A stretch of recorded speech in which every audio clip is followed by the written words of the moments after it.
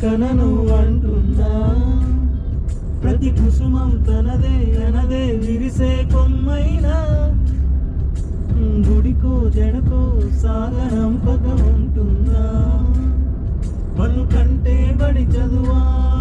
అనుకుంటే అది సులువా పొరబడినా జాలి పడదే కాలం మనలాగా ఒక నిమిషం కూడా